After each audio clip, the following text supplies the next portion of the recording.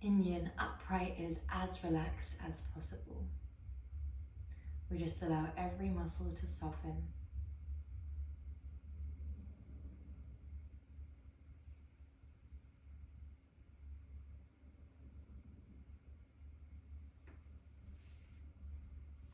We hold the poses in stillness for as long as they feel comfortable for you. We would always like the intensity to be around a 7 out of 10.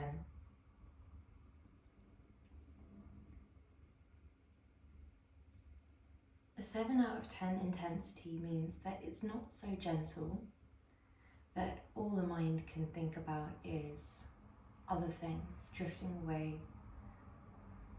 There's enough sensation to keep our focus present. But those sensations aren't so intense that the mind can only think about when the pose will be over.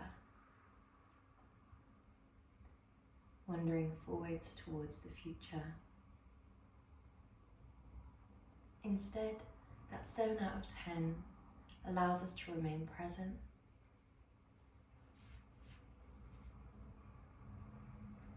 Our awareness can settle on the sensations we feel.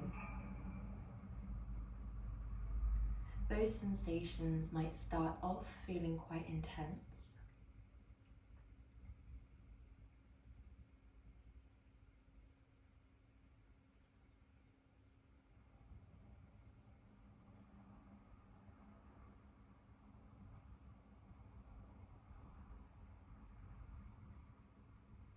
And then they might begin to dissipate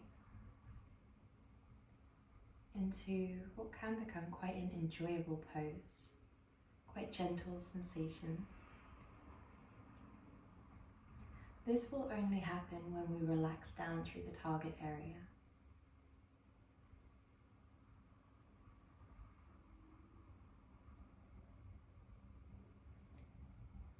If you ever find that the intensity increases, it might come a little bit more of a discipline practice, when we really want that perfect balance between compassion and discipline. We want to find our edge, our comfortable range, and sit with that sensation, breathe through it as it arises. It shouldn't feel like we're pushing our body past its limits, but rather meeting our body at its limit, allowing yourself to relax into it.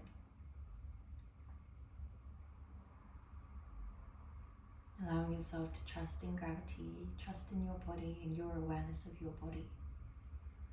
If it ever feels more like pain or pinching or sharpness, then we allow ourselves to move and make sure the pose feels right for us. Right doesn't have to mean easy or gentle. We still want that 7 out of 10 intensity.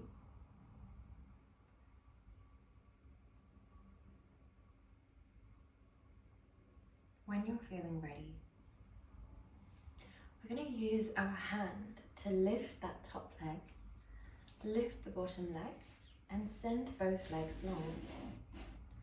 Once the legs are long, we're just going to stay here. We don't need to lay down, we can just stay upright. We can relax down the body. We're here in this counter pose for around 30 seconds. We allow as much of the legs to switch off as we can. We allow the hips and the upper body to remain relaxed.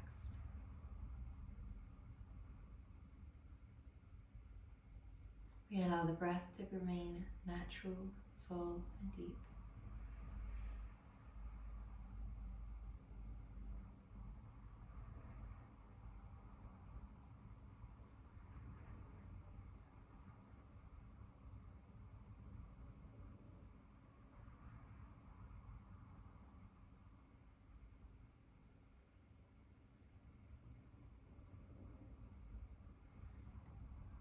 Well done. When you're feeling ready, we're slowly going to come onto our square pose on the other side. So we guide the left shin parallel to the front of your mat. If it feels okay on one side but not the other, just take whatever adaptations you need. You could prop that leg up onto a bolster or a pillow or a blanket. We can draw that opposite leg all the way up and over. We could hook it in towards the pelvis, or we could leave that leg long. So do what feels right for you. We can use our hands to maneuver the legs, maneuver the body, so that the body can remain non-doing. When you're ready, you might relax your hands in your lap or down by your side. You might peel forwards. You might wrap your arms around a bolster. Do what feels right for you. Anything to allow you to begin to relax and melt down.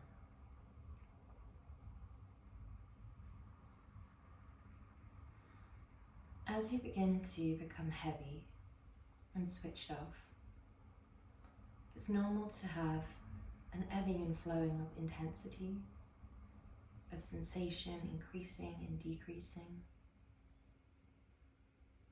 And those stretched sensations will naturally feel quite intense at points, but they should never feel like pain. So just continually tapping into your body, observing what feels right for you. We do aim for stillness, but only for as long as the pose is feeling right for you. Once you find your edge, we commit to that stillness. We commit to the muscles being non-doing. And if it stops feeling right, then we move.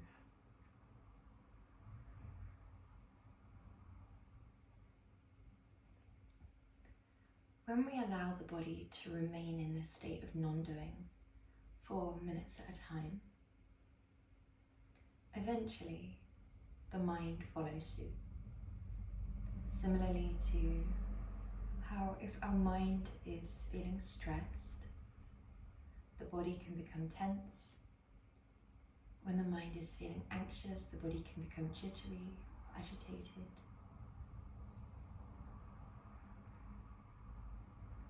It's thought that the mind and the body are completely interconnected.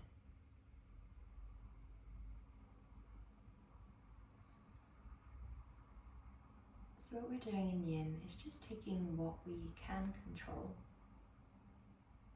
which is stilling the body, relaxing the body, with hope to gently shift the mind into that Yin-like essence, that stillness, and that relaxed state. We place no pressure on when we might arrive there.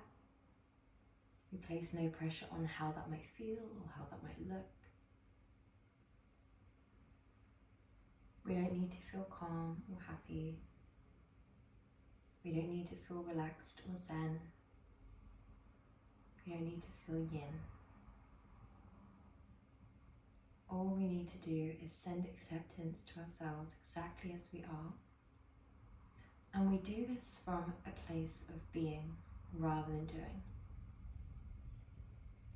This means we don't need to reach for acceptance.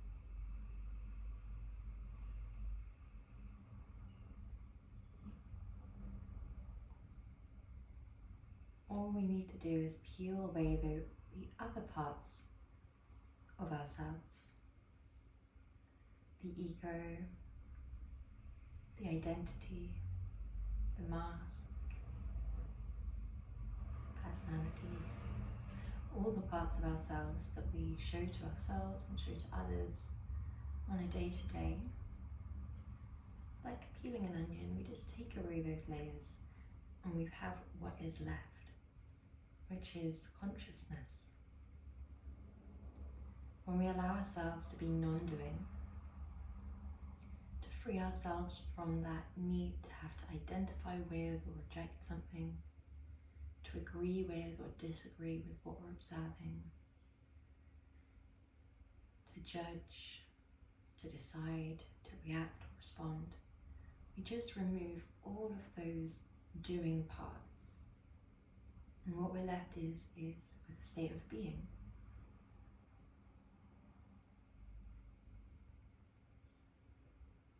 this state of being, also known as the witness or the observer or consciousness, is what we're going to constantly try and return to whilst we practice Yin. When you're feeling ready, as slowly as you can, we gently guide both legs out nice and long, and this time we are going to lay down onto back.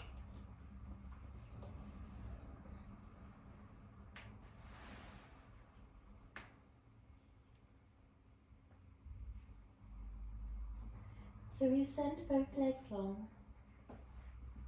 we send both arms long, and we just allow a heaviness here.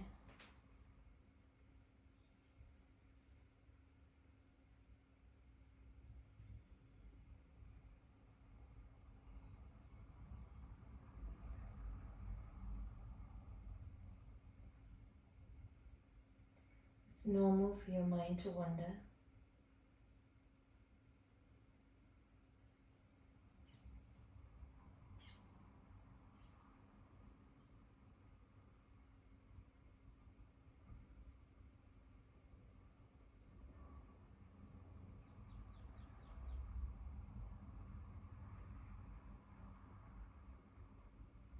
When the mind wanders, we treat it as part of our present moment. We don't need to respond or react. We don't become frustrated at the mind wandering. We just observe the thought that we landed on. And we allow it to exist in stillness, in the center, just in front of us. We don't push it away and reject it. We don't pull it in and attach meaning or identify with it. We don't trace the conversation back. We don't continue the conversation on. We just allow the thought to exist in stillness. When we allow this, sitting with thought, it's similar to sitting with the breath or observing sensations. All we're doing is just allowing it to be part of our present moment.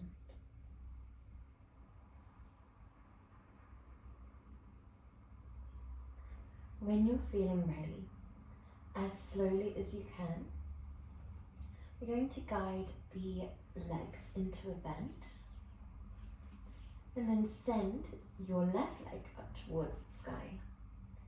We have two options here. One option is interlacing behind the back of the left thigh. Option two is more of a happy baby. So rather than this leg being relatively straight, we do have this nice soft bend, but rather than that soft bend, we would have a deep bend, like so. In the deep bend variation, we either hold the biggest toe or we hold the outer foot. So we have our straighter leg or our deeply bent leg. The right leg can either stay where it is or it could send long if you feel comfortable too.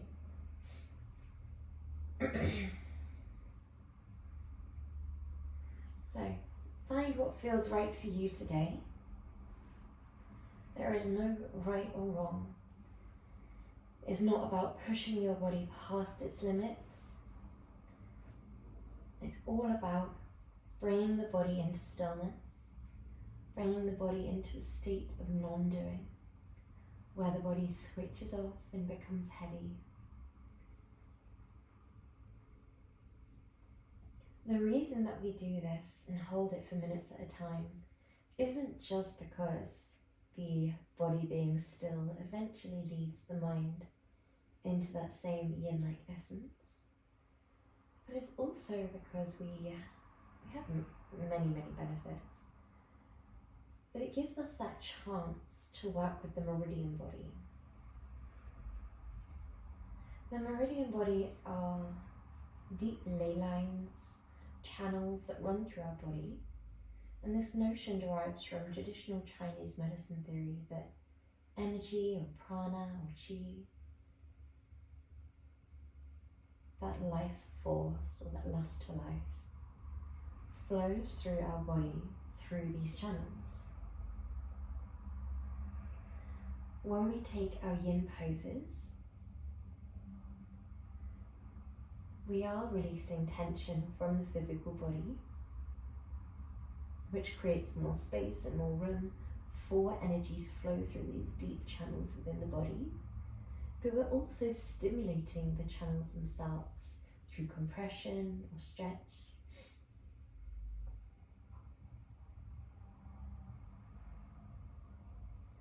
Each meridian is thought to relate to a different emotion. And when we have blockages, whether that is due to physical tension in an area blocking the flow through that meridian, emotional blockage, energetic blockage, whatever it may be, when there's a stagnancy in an area, it's thought that this can lead to us feeling excess or lack of certain emotions, sometimes completely cut off from a certain emotion altogether. So when we practice our Yin Yoga, we're benefiting our emotional body as well as our energy body, bringing that balance and restoration into the yin and yang energies, bringing that healthy flow into the meridian body. So even if we can't get into that meditative state and bring that benefit to the mind, we just allow ourselves to relax and trust that we are bringing benefit to the emotional body, the energy body, and the physical body. These deep, long holds are amazing for our physical body. We're targeting areas that aren't usually targeted, essentially.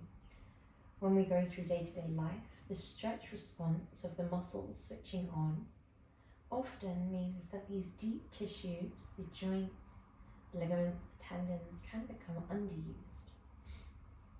So these long, still holds strengthen the density of the bones, the lubrication of the joints, the elasticity of the ligaments and tendons, and the elasticity of the fascia. The fascia is like a spider's web, which covers a lot of the body. So whenever we have areas of tension, such as a knot, this can sometimes be due to the fascia becoming too tense.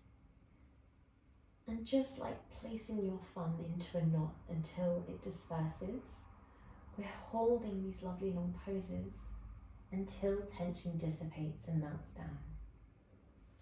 When you're ready, we're going to swap sides. Take it as gently or as intensely as you feel comfortable with today. Your 7 out of 10 one week might look completely different from your 7 out of 10 the next week. It's always absolutely fine to make modifications, to make the pose work around your body rather than us having to work around the pose.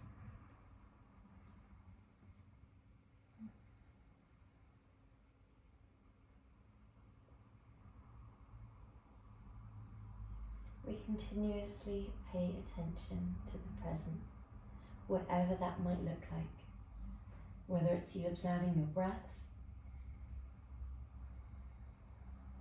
observing the sensations of the pose, observing the muscles relaxing completely, apart from maybe the arms in this pose. It might be observing the mind and where the thoughts have wandered to. And no matter what you believe in day-to-day life about mind and about the nature of what is and isn't us, it can help to segment the mind into these different sections, cordoning off our awareness, our consciousness, the part of ourself that some believe is connected to all other consciousness, the part of ourself that some believe carries on after we are no more and has always been. And allowing ourselves to view this as separate from the ego, what we believe about ourselves, what we show to ourselves, what we show to others, the identity, what we agree with and disagree with, accept as our own and reject. All these different parts of the self, it can be really helpful to view them as separate in meditation.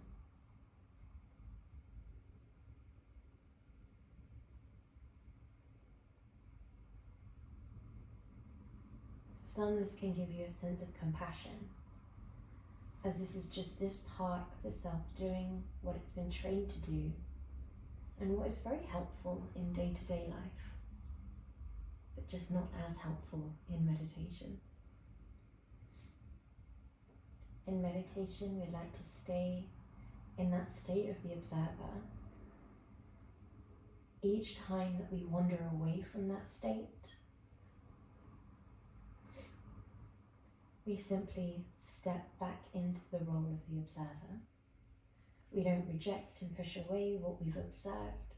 We just allow it to exist there, like shining a spotlight.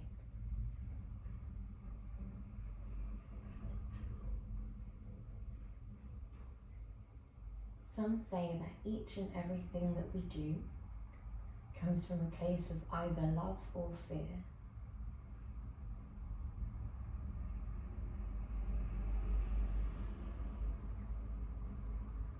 So when we practice just observing the thoughts,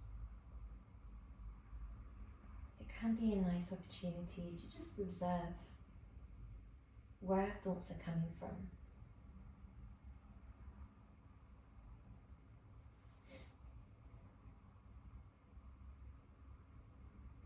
This can give us the opportunity to choose. We don't need to do anything at all when we do this, other than return to that natural state of the observer, which some would say is just returning to love. There is no judgment, only acceptance. We don't need to do anything to reach that state of acceptance, other than return to a state of being, return to a state of non-doing.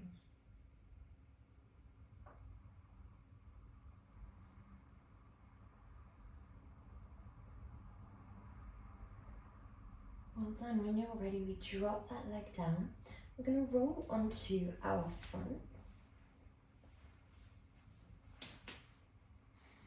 And we're going to tuck our toes underneath our body like this. We have two options here.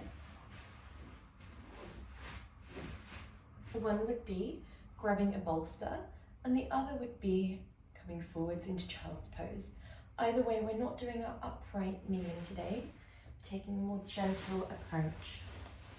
Knees wide, head drops down, and we relax into it.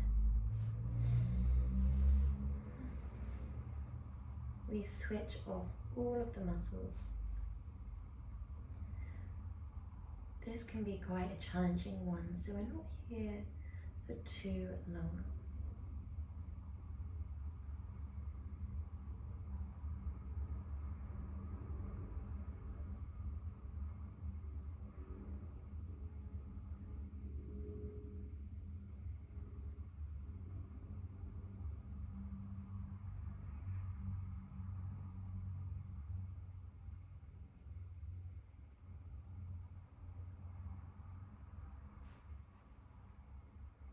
It's normal for your mind to wander. We place no pressure on ourselves to be a certain way, but when we notice that we've wandered away from that state of being, we allow ourselves to return. Well done. When you're ready, untucking the toes. We don't need long at all in the toes. We're going to place our bolster a little bit to the end of our mat, and then we turn around. We draw the pelvis right in front of the bolster. We draw the legs into a bend, and then we draw the knees wide. So this is both a pose and a counter pose in and of itself. We could rest our hands on our tummy. We could rest them down by our side, whatever feels right for you today. We relax everything down.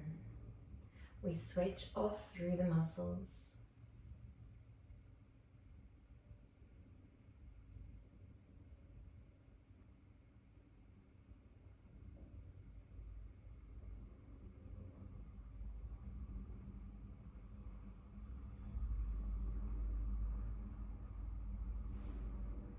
If your mind begins to wander, just observe where it wanders to. If we have had one of those practices where the mind just can't stop wandering and we have to keep guiding it back to present, then you're actually strengthening that habit of noticing when the mind has wandered and guiding it back into a present moment state. That habit is a physical change that we make in the brain. And then when you can get in the zone,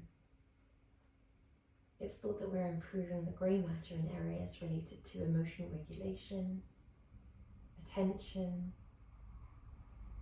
and memory. So whether you can or can't get in the zone today, it doesn't matter. In both scenarios, we're improving our brain function, our cognitive function. We're improving our mood. And we're simply giving ourselves an opportunity to rest in the same way we rest the body when we sleep. We give our mind a chance to rest as we meditate. When you're feeling ready, draw your legs back towards one another, and we can either send your legs long. You could keep your legs in a bit of a bend. You could rest your knees against one another. You could take the bolster away. Do whatever feels right for you, for your Savasana. Make it your own. There is no right or wrong.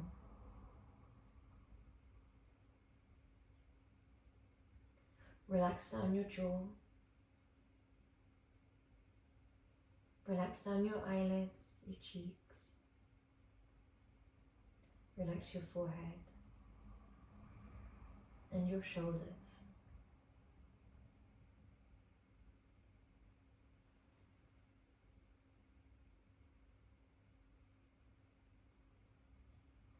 As everything gradually becomes heavier, as everything begins to switch off,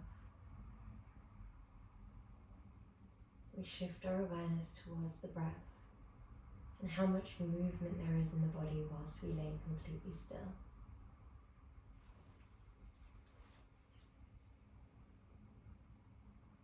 Observe the sensation of the heartbeat and the blood flow.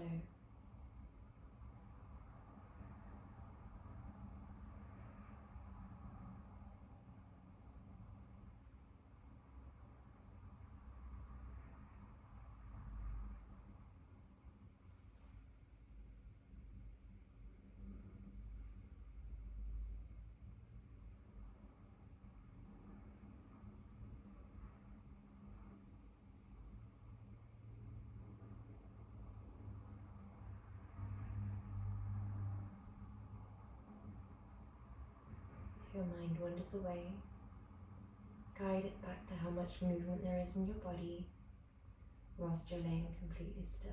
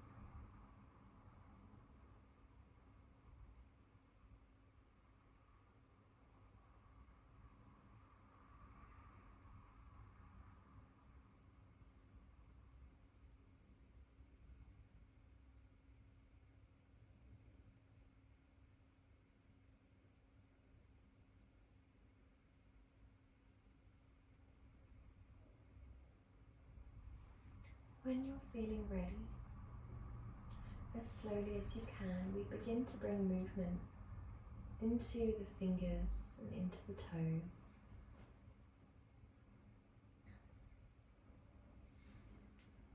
We take a deep breath in towards the tummy, ballooning the tummy up.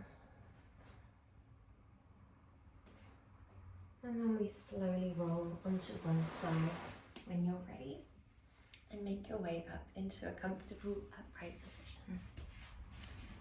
Guiding the hands into Anjali Mudra. Namaste.